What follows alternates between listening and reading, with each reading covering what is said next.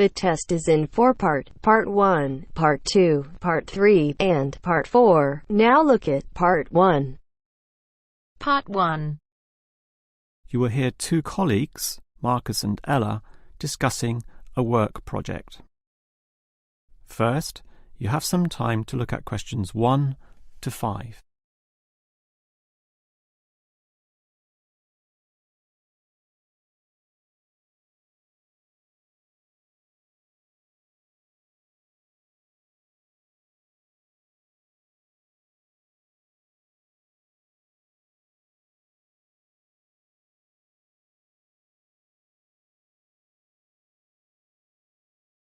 Now we shall begin. You should answer the questions as you listen, because you will not hear the recording a second time. Now listen carefully and answer questions 1 to 5. OK, Ella, as you know, the deadline for this project is the end of the month, so we'd better plan it well. Yes, I've already been thinking along those lines, and I've decided we should divide this project into 3 phases. The pre-phase, then Phase 1, and then Phase 2, with strict deadlines involved for each one. Given that we have to finish this quickly, that sounds good. Tell me more. The pre-phase is the simplest. We just need to allocate a space or a place to do our planning, and this space will need to be quite big. Sure, and we have to decide on the equipment needed as well. Remember the last project when we didn't have enough projectors to present our ideas? We lost lots of time there. Yes, that was a bad start. That's why, after the pre-phase is finished, I've allocated a mere 3 days for Phase 1. That will involve drawing the plans. We'll need Jenna to help us. And Marco. Yes, but not Susan. Susan is just far too busy to participate, as much as I'd like her in the team. Let's just take Fred instead. He'll do. Sure, Fred's not as experienced as Greg, but I agree he'll do fine for this job. Then it's straight into Phase 2. Collecting, collating, analysing and preparing the final report. Can we do that in 5 days? I think that's optimistic, which is why I scheduled 6. That's almost a week. Do we have that much time? We do, and with the right people, 6 days should see the job done. Who are the people for this phase? Arthur and Rob, right? No, Arthur's got other things to do, and Rob's on leave, so Mike alone will be the main man on this part. He's done it before, so it should be fine. But he may need some help with the smaller tasks.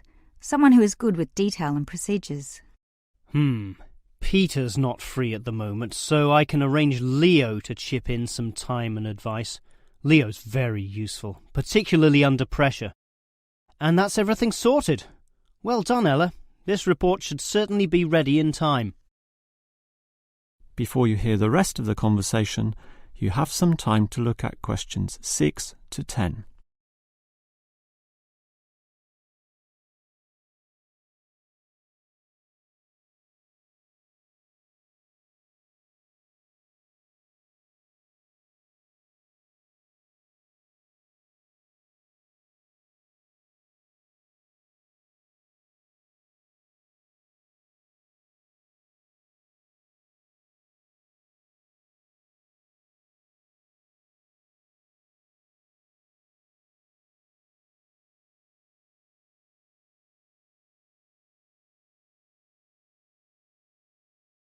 Now listen and answer questions 6 to 10.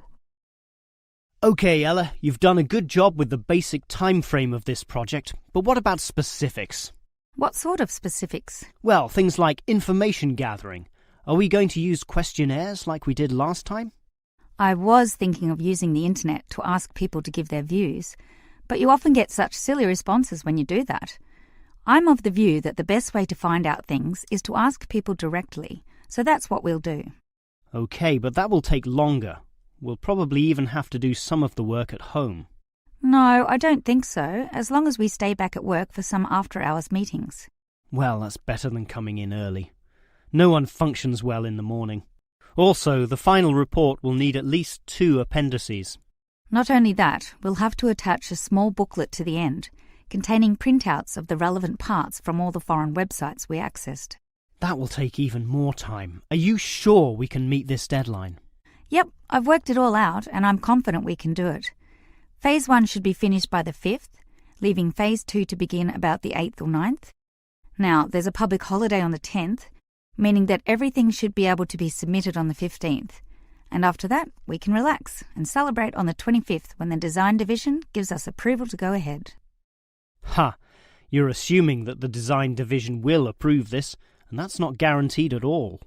Oh, come on, Marcus, be positive. You know this should be approved. In fact, I'm even planning the celebration when this is all over. Oh yeah? What's on the agenda then? Well, we definitely don't want to party in the office, do we? We want to get away from this place, and we're all too busy with our own lives and families to find a mutual time free for a dinner party. So I thought we'd just buy some nice expensive gifts for everyone who participated. We can just give these to the people here in the office. That sounds fine to me, but make sure they're not too expensive. The budget department will never approve the cost. Don't worry, I know how much I can get away with. All right, I'll leave that with you. That is the end of part 1. You now have half a minute to check your answers.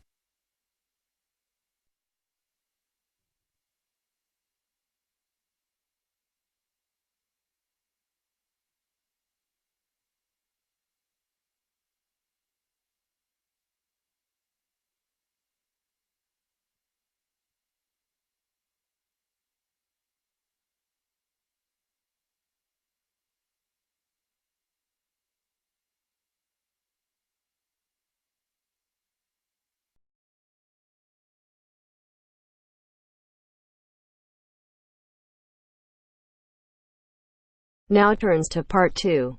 Part 2. You will hear a childcare worker telling some mothers about the advantages of her centre. First, you have some time to look at questions 11 to 16. Now listen carefully and answer questions 11 to 16. Hello everyone, and welcome to the Stanfield Childcare Centre. Now I know you're all new mothers and you like to cling to your children. You've certainly spent a lot of time raising them to the age of 4 and are perhaps reluctant to leave them here at our centre. Well, one of the first things you should understand is that here it is safe. Very safe. Look around and you'll see that every room has padded walls. Other centres have standard painted walls, but here we have invested a lot to ensure your children will not hurt themselves when running around and possibly tripping over. This padding extends around all corners. That is, the areas most likely to bruise and cut your active little child. So, you can rest assured that any accidents of a physical nature are not likely to happen here. Now, you don't want to dump your child at this centre and let them waste their time. You want them to learn, and that's one of the greatest assets of our establishment. Our staff are not only trained childcare workers, but all of them have a special skill which they can impart to your child. Whether it be teaching the ABC, some basic mathematics, artistic skills, or physical education. We are particularly known for our preschool literacy program and have a wealth of learning toys specially designed to develop your child's potential. Of course, one concern many mothers have is that, in environments such as these, colds and flus and other viral nasties can be easily spread around. It's a very legitimate concern, and one which we take seriously, and we pride ourselves on our precautions. For a start, unlike most centres which clean with standard detergents, we disinfect every service at the end of every day, using a special disinfectant wash. Some places just wipe surfaces daily with a damp cloth, but not us, and that's just the start. We also physically check your children when they arrive every day, and if we feel your child is sick, we ask him or her to wear a face mask to ensure germs are not transmitted. If your child is noticeably sick, then we ask you to take them back home to recover. This might sound a little unkind, but we hope parents can understand that these measures are for the benefit of all. Before you hear the rest of the talk, you have some time to look at questions 17 to 20.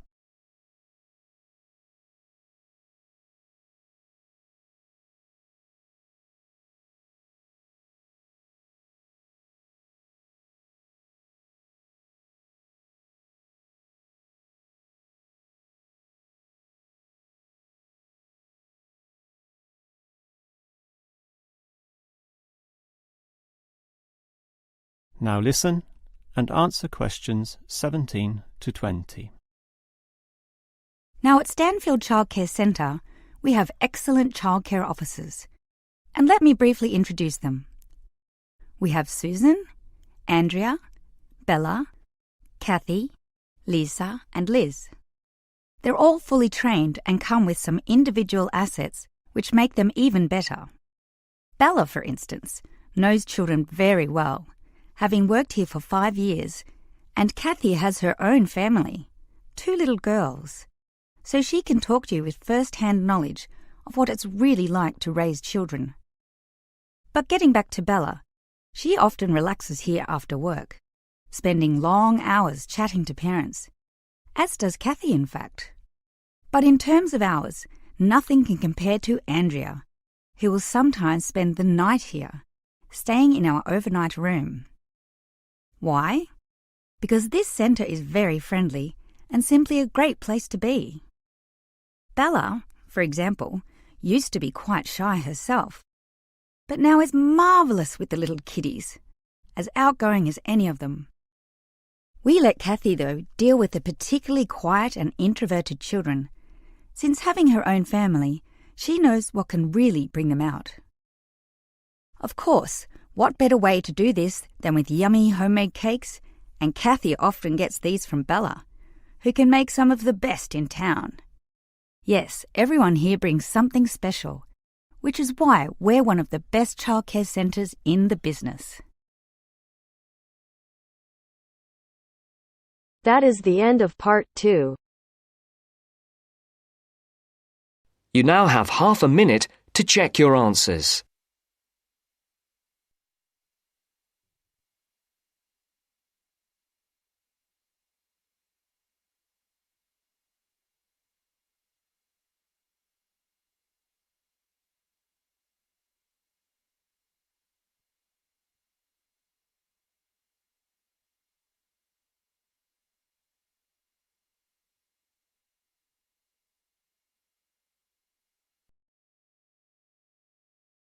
Now turns to part 3.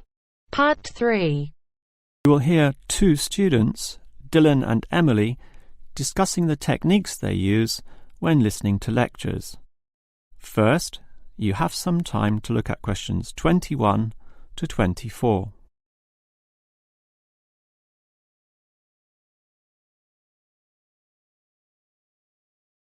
Now listen carefully and answer questions 21 to 24. Hi, Emily. What did you think of that lecture? A bit hard to follow, but I have some good lecture listening note-taking strategies which really help, so I can review the lecturer's message later. Lecture listening note-taking strategies? Review it later? That sounds interesting. I must admit, I struggle a bit to take down the gist of what I hear. Look at my notes. Well, I can see a basic problem immediately.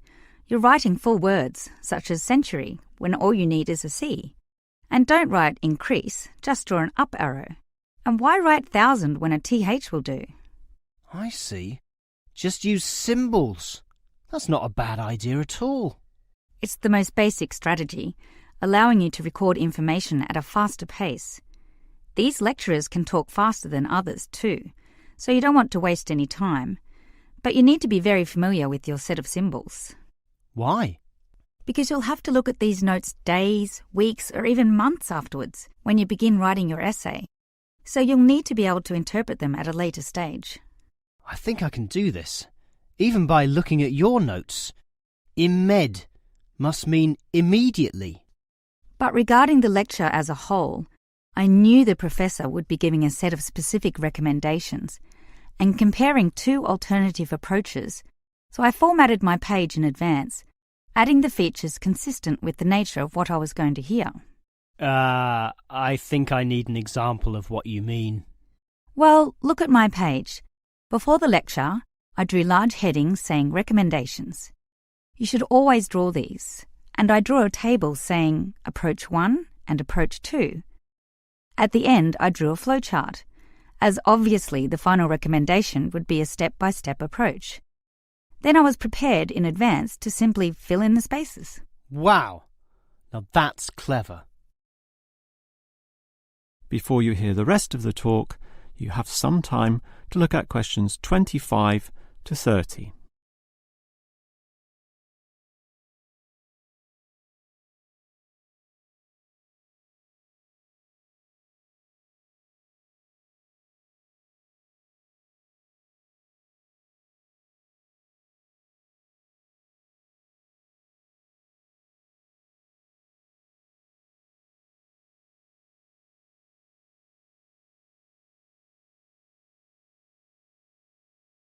Now listen and answer questions 25 to 30. Your advice about note-taking sounds great, but I still have one question, Emily. How are you able to design your page in advance? I mean, how can you predict the nature of the talk and know which design is likely to work best? It's rather obvious when you think about it. What's your next lecture about? Legal studies. Well, that suggests to me that you'll need a flowchart, since the judicial system has a very logical, do this first, do that second approach, which must be followed in that order. You know, all the processes that happen in the courtroom and the procedures that must take place to ensure complete legality. Sure, that's the way law is, very linear and orderly. But what about culture studies? That's just a mass of comparisons of different cultures. Which tells you that you'll need a table where, in tabular form, you can efficiently write down information. But often the lecture's not that simple. The professor throws in a really complex mix of ideas. Then use a spider graph, like the web a spider makes, where there's a central idea around which you attach all the associated thoughts and ideas and impressions. I see. I think I understand. And that would be very quick too, very efficient. I like that. But what about management theory? How would you approach that? The same as with culture studies. I'd use a network, which is basically the same as a spider graph, linking thoughts, although this time there are directions involved. It is this element that makes it different, the fact that the thoughts go one way and not the other. Okay, has directions. It sounds logical. And what about the other subjects, such as political science? There's no predictable order to that. Well, for that I'd just put my notes in a line, that is, in linear or straight line fashion, and these notes would use symbols, of course, to save time. Okay, that just leaves mass media. For that, I wouldn't have any special design at all. As you say, sometimes it's impossible to predict in what way lecturers will present their information, in which case the best you can do is pre-write headings, but not specific, just general, as in Main 1, Main 2, Sub 1, 2 and 3, and so on. Okay.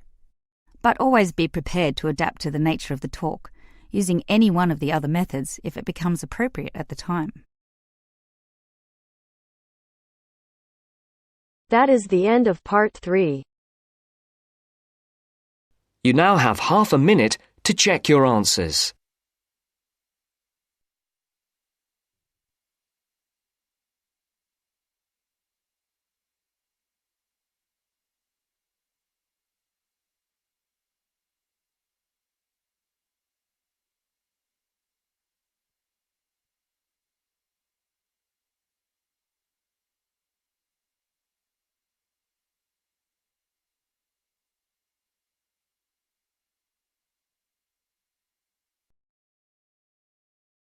Now turns to part 4. Part 4. You will hear a lecturer talking about caves. First, you have some time to look at questions 31 to 33.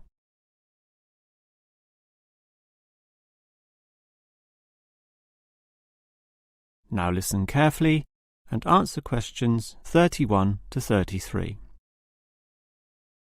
If there is one natural feature which has long fascinated man, it is caves, those natural underground spaces into which people can enter. No known cave in the world can exist without it being extensively explored. Whether it be in remote areas, such as the Clearwater Cave in Borneo, or immensely long and difficult, such as Mammoth Cave in America.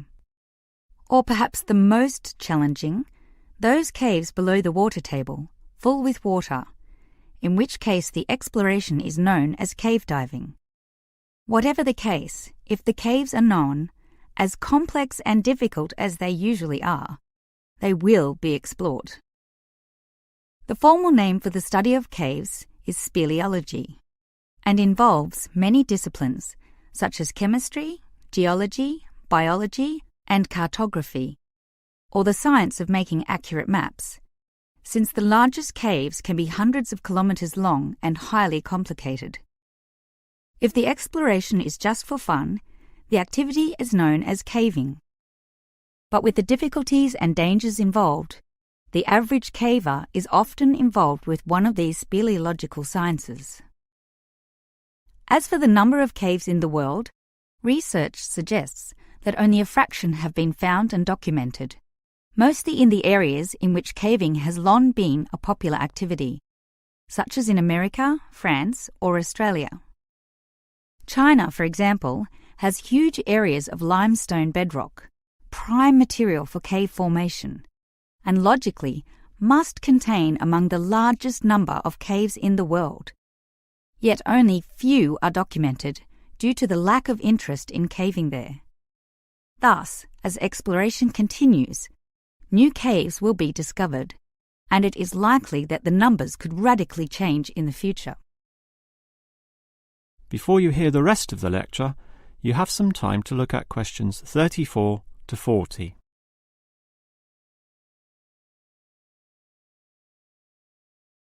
Now listen and answer questions 34 to 40. With caves being such mysterious and intriguing places, the obvious question concerns how they form.